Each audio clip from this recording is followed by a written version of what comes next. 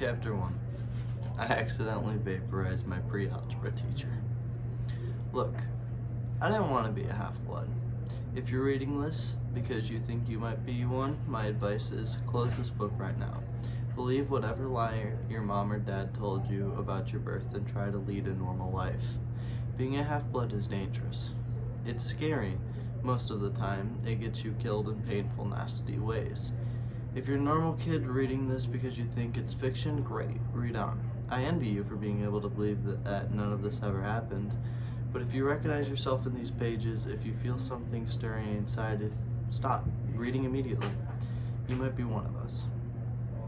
And once you know that, it's only a matter of time before they sense it too, and they'll come for you. Don't say I didn't warn you.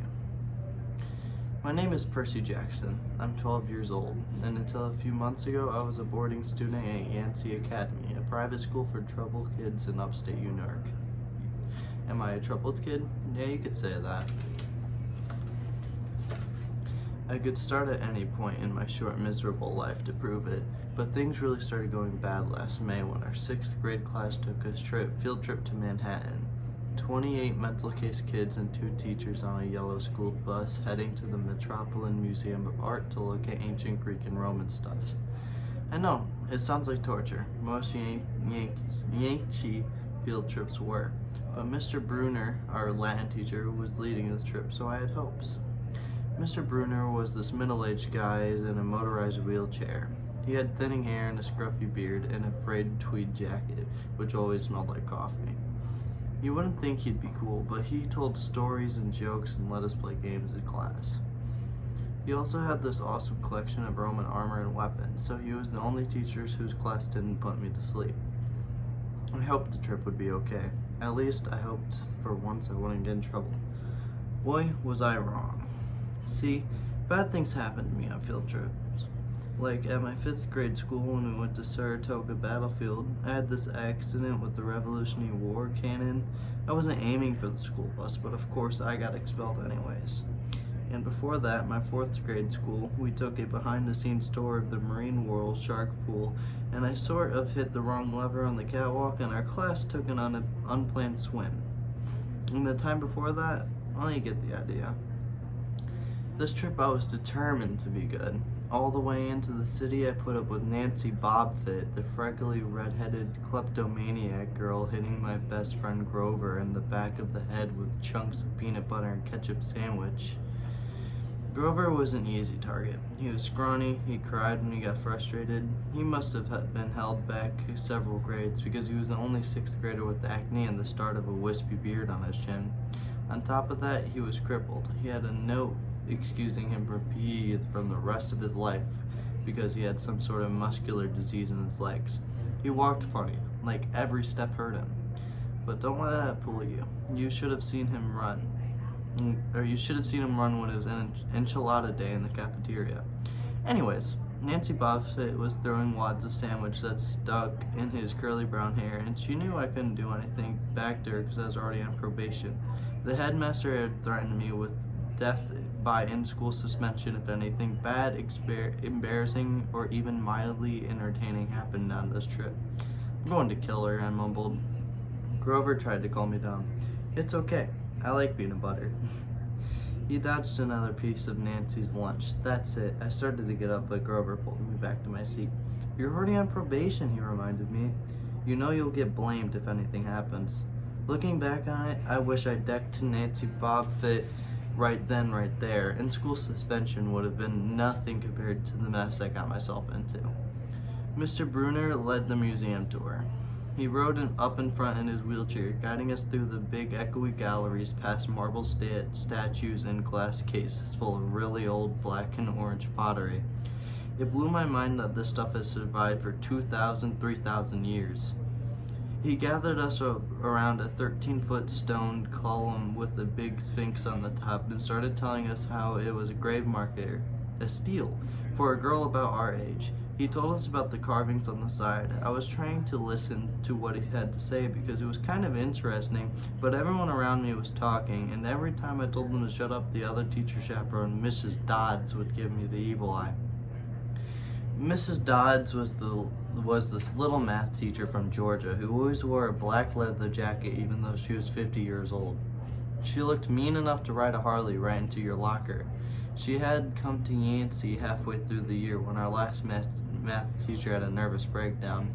From our first day, Mrs. Dodds still loved Nancy Bobfit and figured I was devil spawn. She would point her crooked finger at me and say, "Now, honey," real sweet, and I knew I was going to get after-school detention for a month. One time after she'd made me erase answers out of old math workbooks until midnight, I told Grover I don't think Mrs. Dodds was human. He looked at me real serious and said, "You're absolutely right." Miss Bruner kept talking about Greek funeral art, and finally Nancy Bobfit snickered something about the naked guy in the steel, and I turned around and said, "Will you shut up?" It came out louder than I meant to. The whole group laughed. Mr. Bruner stopped his story. "Mr. Jackson, do you have a comment?" My face was totally red. I said, "No, sir." Mr. Bruner pointed at one of the pictures on the steel, and he said, "Perhaps you'll tell us what this picture represents?" I looked at the carving and felt a flush of relief because I actually recognized it. "That's Kronos eating his kids, right?" "Yes," Mr. Bruner said, obviously not satisfied. "And he did this because..." Well, I racked my brain to remember. "Kronos was the king god." "God?" Mr. Bruner asked. "Titan," I corrected myself. "And he didn't trust his kids, who were the gods, so Kronos ate them, right?" But his wife hid baby Zeus and gave Kronos a Rockdy instead. And later when Zeus grew up, he tricked his dad Kronos into barfing up his brothers and sisters. "Ew," said one of the girls behind me. "And so there was this big fight between the gods and the Titans," and I continued, "and the gods won." Some snickers from the group. Behind me, Nancy Bobfit mumbled to a friend like we're gonna use this in real life. Like it's going to say on our job applications, "Please explain why Kronos ate his kids." "And why, Mr. Jackson," Bruner said, "to paraphrase Miss Bobfit's excellent question, does this matter in real life?" "Busted," Grover muttered. "Shut up," Nancy hissed, her face brighter red than her hair. At least Nancy got packed too. Mr. Bruner was the only one who ever caught her saying anything wrong. He had radar ears. I thought about his question and I shrugged. "I don't know, sir." "I see." Mr. Bruner looked disappointed. "Well, half credit, Mr. Jackson. Zeus did indeed feed Kronos a mixture of mustard and wine, which made him disgorge his other 5 children, who, of course, being immortal gods, had been living and growing up completely undigested in the Titan's stomach. The gods defeated their father, sliced him up to pieces with his own scythe, and scattered his remains in Tartarus, the darkest part of the underworld. On that happy note, it's time for lunch. Mrs. Dodds, would you lead us back outside?" The class drifted off, the girls holding their stomachs, the guys pushing each other around, acting like doofuses. Grover and I were about to follow them when Mrs. Bruner said, "Mr. Jackson." I knew that was coming. I told Grover to keep going, then I turned to Mr. Bruner. "Sir?" Mr. Bruner had this look that wouldn't let you go, intense brown eyes that could have been 1,000 years old, and had seen everything. "You must learn the answer to my question," Mr. Bruner told me. "About the Titans, about real life, and how your studies apply to it." "Oh. What you learned from me," he said, "is vitally important. I expect you to treat it as such." Hey, and that game? "You must learn the answer to my question," Mr. Bruner told me. "About the Titans, about real life, and how the studies apply to it." "Oh. And what you learned from me," he said, "is vitally important. I expect you to treat it as such, and I only accept the best from you, Percy Jackson." I wanted to get angry. This guy pushed me so hard. I mean, sure, he was kind of cool on tournament days when he dressed up in a suit of Roman armor and shouted, "What? Ho!" and challenged us to sword point against the chalk to run to the board and name every Greek and Roman person who had ever lived, and their mother, and what god they worshipped. But Mr. Bruner expected me to be good as everyone else, despite the fact that I have dyslexia and attention deficit disorder, and I had never made above a C- in my life. No, he didn't expect me to be as good as he expected me to be, but better. And I couldn't just learn all those names and facts, much less spell them correctly. I mumbled something about trying harder while Mr. Bruner took one long sad look at the steel, like he'd been at this girl's funeral. He told me to go outside and eat my lunch. The class gathered on the front steps of the museum where he could watch the foot traffic along Fifth Avenue. Overhead, a huge storm was brewing, with clouds blacker than I'd ever seen over the city. I figured maybe it was a global warming or something, because the weather all across New York State had been weird since Christmas. We had massive snowstorms, flooding, wildfires, and lightning strikes. I wouldn't be surprised if there was a hurricane blowing in. Nobody else seemed to notice. Some of the guys were pelting pigeons with Lunchable crackers. Nancy Bobfit was trying to pickpocket something from a lady's purse. And of course, Mrs. Dodds wasn't seeing a thing. Grover and I sat at the edge of the fountain away from the others. We thought that maybe if we did that, everybody wouldn't know we were from that school. The school for loser freaks who couldn't make it elsewhere. Detention, Grover asked. Nah, I said, not from Bruner. I just wish he'd lay off me sometimes. I mean, I'm not a genius. Grover didn't say anything for a while. Then when I thought he was going to give me some deep philosophical comment to make me feel better, he said, have your apple. I didn't much have an appetite, so I let him take it. I watched the stream of cabs going down Fifth Avenue and thought about my mom's apartment, only a little ways uptown from where I sat. I hadn't seen her since Christmas. I wanted so bad to jump into a taxi and head home. She'd hug me and be glad to see me, but she'd be disappointed too. She'd send me right back to Yancey, reminding me that I had to try harder, even if this was my 6th school in 6 years. I was probably going to get kicked out again. I wouldn't be able to stand the sad look she'd give me. Mr. Bruner parked his wheelchair at the base of the handicap ramp. He ate celery while he read a paperback novel. A red umbrella stuck from the back of his chair, making it look like a motorized cafe table. I was about to unwrap my sandwich when Nancy Bobfit appeared in front of me with her ugly friends. I guess she'd gotten tired of stealing from the tourists and dumped her half-eaten lunch in Grover's lap. Oops, she grinned at me with her crooked teeth. Her freckles were orange, as if someone spray-painted her face with liquid Cheetos. I tried to stay cool. The school counselor had told me a million times, count to 10, get control of your temper, but I was so mad my mind went blank. A wave roared over my ears. I don't remember touching her, but the next thing I knew, Nancy was sitting her butt in the fountain, screaming, Percy pushed me. Mrs. Dodds materialized next to us. Some of the kids were whispering, did you see the water? Like it grabbed her. I didn't know what they were talking about. All I knew that I was in trouble again. As soon as Mrs. Dodds was sure poor little Nancy was okay, promising to get her a new shirt at the museum gift store, etc., etc., Mrs. Dodd turns to me. There was a triumphant fire in her eyes, as if I'd done something she was waiting for all semester. Now, honey, I know I grumbled. I'm erasing workbooks. That wasn't the right thing to say. Come with me, Mrs. Dodd said. Wait, Grover yelped. It was me. I pushed her. I stared at him, stunned. I couldn't believe what he was trying to cover for me. Mrs. Dodd scared Grover to death. She glared at him with his whiskey chin trembled. I don't think so, Mr. Underwood, she said, but you will stay here. Grover looked at me desperately. It's okay, man. Thanks for trying. Honey, Mrs. Dodds barked at me. Now. Nancy Bobfit smirked. I gave her the deluxe I'll kill you later stare. Then I turned to Mrs. Dodds, but she wasn't there. She was standing at the museum entrance, way at the top of the steps, gesturing impatiently at me to come. How'd she get there so fast?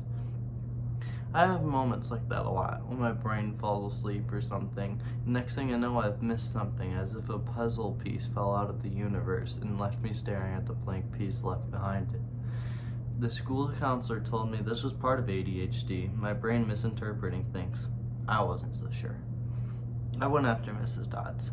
Halfway up the steps, I glanced back at Grover. He was looking pale, cutting his eyes between me and Mr. Bruner like he wanted Mr. Bruner to notice what was going on.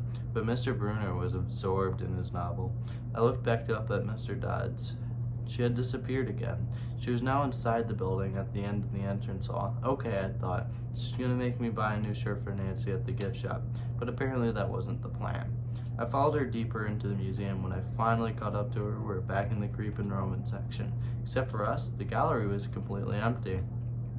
Mrs. Dodd stood there with her arms crossed in front of a big marble frieze of Greek gods. She was making this weird noise in her throat, like growling. Even without the noise, I would have been nervous. It's weird being alone with a teacher, especially Mrs. Dodds. Something about the way she looked at the freeze as if she wanted to pulverize it.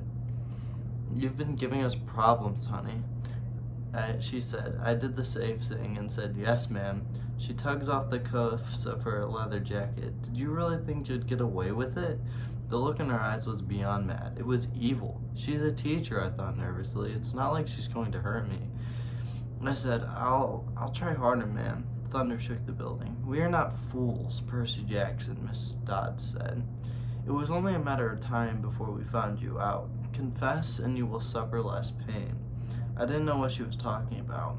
All I could think of was that teachers must have found out the illegal stash of candy I'd been selling out of my dorm room. Or maybe they've realized I got my essay on Tom Sawyer from the internet without even reading the book. And now they're going to take away my grade. Or worse, they were going to make me read the book. "Well," she demanded. "Ma'am, I don't." "Your time is up," she hissed. Then the weirdest thing happened. Her eyes began to glow like barbecue coals. Her fingers stretched, turning into talons. Her jacket melted into large, leathery wings. She wasn't human. She was a shriveled hag with bat wings and claws and a mouthful of yellow fangs. And she was about to slice me to ribbons. Then things got stranger. Mr. Bruner, who had been out front of the museum a minute before, wheeled his chair into the doorway of the gallery, holding a pen in his hands. "What? Ho, Percy!" he shouted and tossed the pen through the air. Mrs. Dodds lunged at me. With a yelp, I dodged and felt talons slash the air next to my ear. I snatched up the ballpoint pen out of the air, but when it hit my hand, it wasn't a pen anymore. It was a sword. Mr. Bruner's bronze sword, which he always used on tournament day. Mrs. Dodds spun towards me with a murderous look in her eyes. My knees were jelly. My hands were shaking so bad that I almost dropped the sword. She snarled, "Die, honey," and then she flew straight at me. Absolute terror ran through my body. I did the only thing that came naturally. I swung the sword. The metal blade hit her shoulder and passed clean through her body as if it was made of water. Hiss! Mrs. Dodds was a sandcastle and a power fan.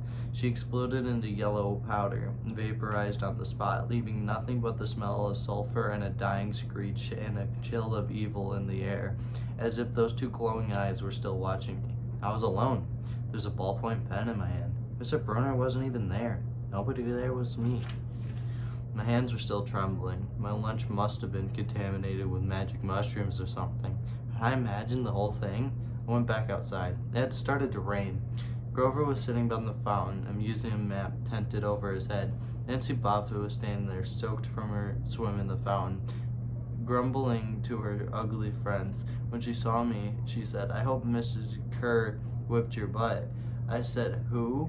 "Our teacher, duh." I blinked. We had no teacher named Mrs. Kerr. I asked Nancy what she was talking about. She just rolled her eyes and turned away. I asked Grover where Mrs. Dodds was, and he said, "Who?" But he paused first, and he wouldn't look at me, so I thought he was just messing with me. "Not funny, man," I told him. "This is serious." Thunder boomed overhead. I saw Mr. Bruner sitting under his red umbrella, reading his book as if he had never moved. I went over to him. He looked up a second, a little distracted. "Ah, that would be my pen. Please bring your own writing utensil in the future, Mr. Jackson." I handed Mr. Bruner his pen. I hadn't even realized I was still holding it. "Sir? Where's Mrs. Dodds?" He stared blankly at me. "Who?" "The other chaperone, Mrs. Dodds, the pre-algebra teacher."